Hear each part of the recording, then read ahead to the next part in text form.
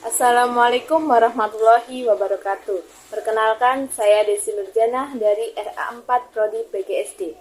Video kali ini untuk memenuhi tugas mata kuliah Teknologi Informasi dan Komunikasi yang diampu oleh Bapak Fadli Ikram MPD.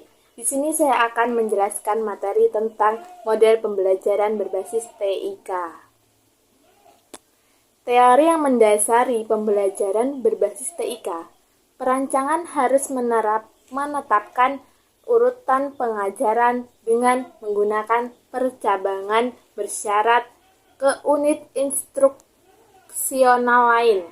Umumnya, kegiatan diurutkan dari mudah ke sukar atau kompleks. Ada 3 teori belajar utama sebagai dasar pembelajaran berbasis TIK.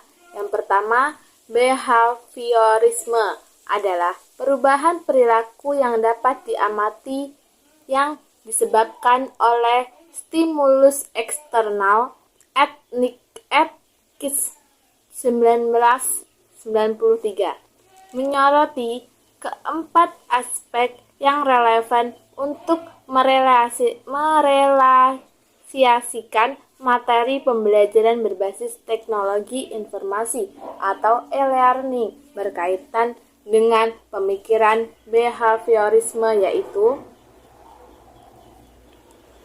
A.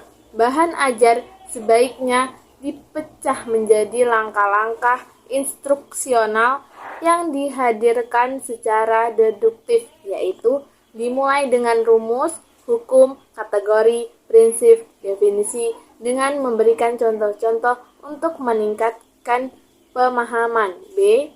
Perancang harus menetapkan urutan pengajaran dengan menggunakan percabangan bersyarat di urut instruksional lain.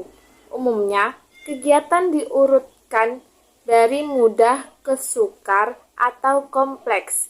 C. Untuk meningkatkan efisiensi belajar, siswa diminta mengulangi sebagian tertentu maupun mengerjakan tes diagnostik. D. Pendekatan behaviorisme menyarankan untuk mendemonstrasikan keterampilan dan prosedur yang dipelajari. Kedua, kognitivisme.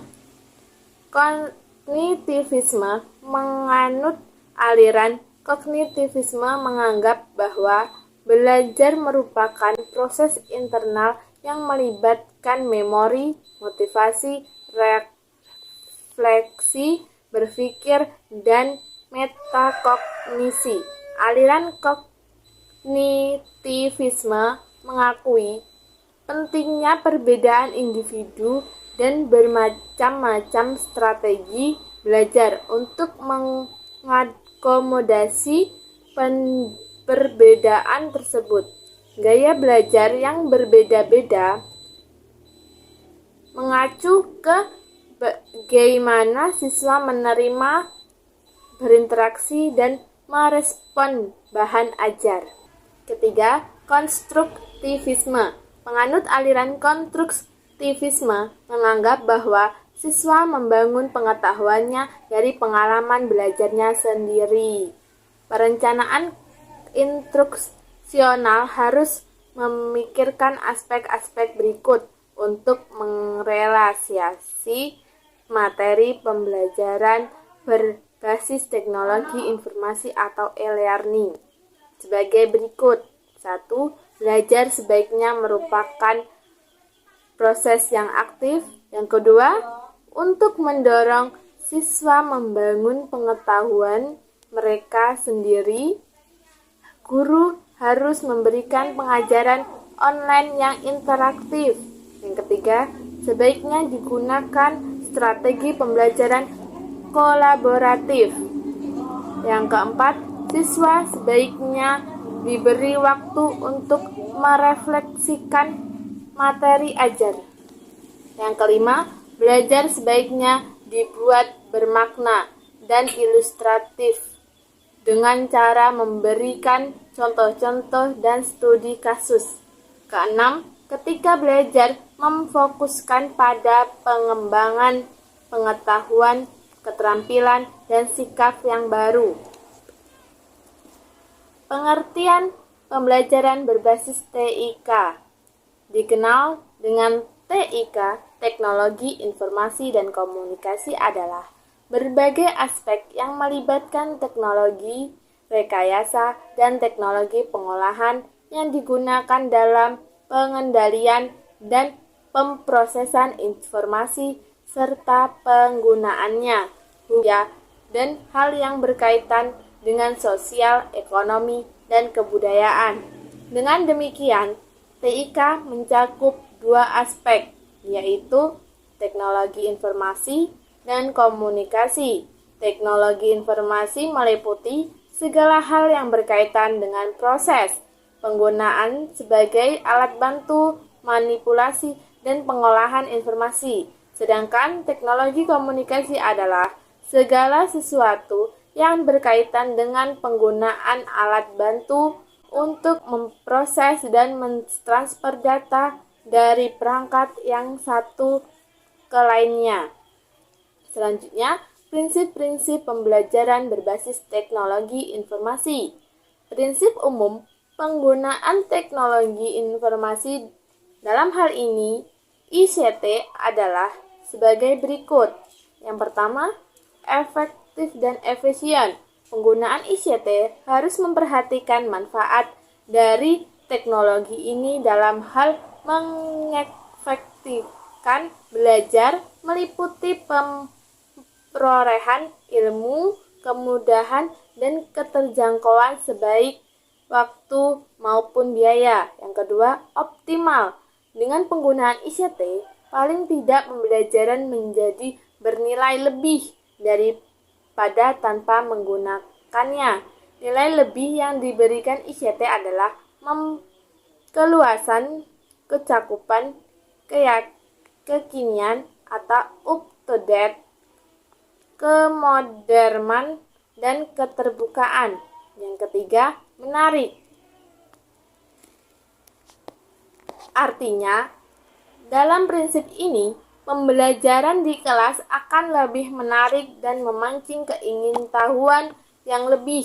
Pembelajaran yang tidak menarik dan memancing keinginan yang lebih akan berjalan membosankan dan konstruksi produk untuk pembelajaran. Yang keempat, merangsang daya kreatif berpikir belajar.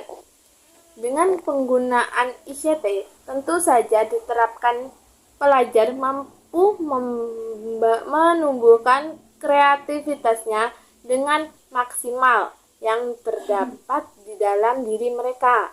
Seorang anak yang mempunyai kreativitas tinggi tentu berbeda dengan pelajar yang mempunyai kreativitas rendah. Selanjutnya, aplikasi berbasis teknologi informasi.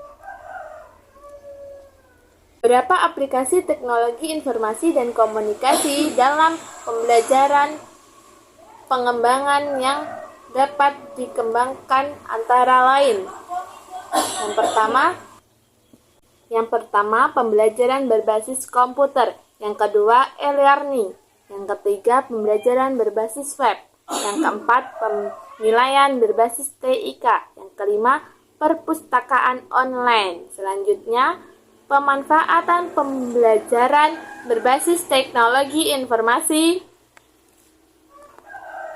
yaitu pemanfaatan pembelajaran berbasis teknologi informasi terdiri atas 4 hal, yaitu 1. Meningkatkan kadar interaksi pembelajaran antara peserta didik dengan guru atau instruktur. Yang kedua, memungkinkan terjadinya interaksi pembelajaran dari mana dan kapan saja. Yang ketiga, menjangkau peserta didik dalam cakupan yang luas. Yang keempat, mempermudah penyempurnaan dan penyimpanan materi pembelajaran. Selanjutnya, desain model dan materi pembelajaran berbasis teknologi informasi. Model ini terdiri atas 5 tahap utama, yaitu analisis, desain, develop, implement, dan evaluate. Dan dapat disimpulkan dari materi yang saya sampaikan adalah kesimpulannya, satu bentuk produk TIK yang sedang menjadi tren adalah internet. Kehadiran internet telah memberikan dampak yang cukup besar terhadap kehidupan umat manusia dalam berbagai aspek dan dimensi. Hal yang paling mutakhir adalah berkembangnya apa yang disebut pengajaran maya, yaitu proses pengajaran yang dilakukan dengan menggunakan internet e-learning, mempermudah interaksi antara peserta didik dengan materi, peserta didik dengan pengajar, maupun sesama pendidik. Baik, sekian dari saya ucapkan terima kasih. Wabillahi taufiq walhidayah. Wassalamualaikum warahmatullahi wabarakatuh.